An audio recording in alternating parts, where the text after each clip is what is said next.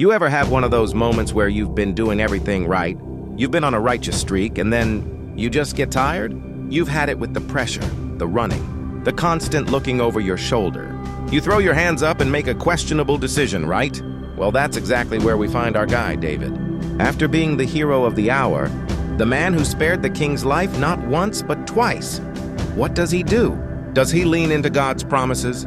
Does he trust that the Lord who helped him defeat a giant will protect him from a mad king? Nope, his faith just sputters out. Now I shall perish one day by the hand of Saul, he says. You can almost hear the sigh. So what's his brilliant plan? He runs to the one place that makes no sense whatsoever, the land of his enemies. That's right, he flees to Gath, Goliath's hometown. Talk about awkward. And as if that weren't enough, one bad decision leads to another.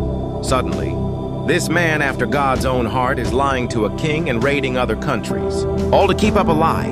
He's found a bizarre safety in the very place you'd expect him to be in the most danger. But here's the kicker, even in his messy, fear-driven choices, God is still at work. Did God abandon him? No. Did God's plan suddenly fall apart because David made a panicked decision? Of course not. God's faithfulness isn't based on our perfect performance. It's not about our emotional assurance. It's about his unchanging character. So what's the big takeaway for us? Well, when you're feeling a little hopeless, a little tired of waiting, and the temptation to take a shortcut presents itself, what's your Gath? Where do you run when you're scared?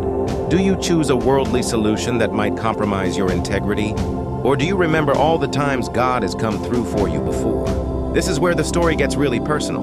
We've all got a Gath, that worldly solution we run to instead of God. Maybe it's a desperate career move that involves a lie. Or maybe it's a relationship you know is unhealthy but feels safe in the moment. It could be a harmful habit you turn to for comfort when you're stressed. David's story reminds us to be honest about our fears and to examine where we're placing our trust.